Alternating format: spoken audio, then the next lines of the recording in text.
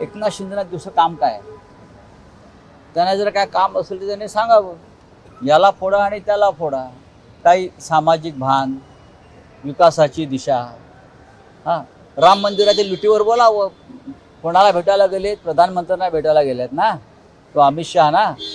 अमित शहानी आतापर्यंत राम मंदिराच्या लुटीवरती काही वक्तव्य केलंय का? आपण गृहमंत्री आहात देशाचे, कपड्याला टिळा लावून फिरता ना, बोला ना मग. जे लोक मराठी माणसाच्या नावाने गळे काढतात ते निवडणूक संपल्यानंतर आराम करायला कुठे जातात ते तुम्हाला माहित आहे. परत येतील ना. यांना मुंबईशी काही देणं घेणं नाही, मराठी माणसाशी काही देणं घेणं नाही. आता म्हणतात आमच्या वादापेक्षा महाराष्ट्र मोठा आहे, वादापेक्षा. अरे मग मी म्हणतो 20 वर्षापूर्वी वेगळे का झालात? त्यावेळी तुमच्यासाठी महाराष्ट्र काय छोटा होता? बाळासाहेबांची इच्छा होती तेव्हा ती पूर्ण नाही केली.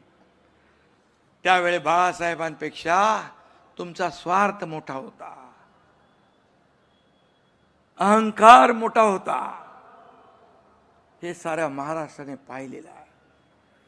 एकमेकांविषयी काल परवापर्यंत एकत्र येण्यापर्यंत काय काय बोललात तेही आठवा.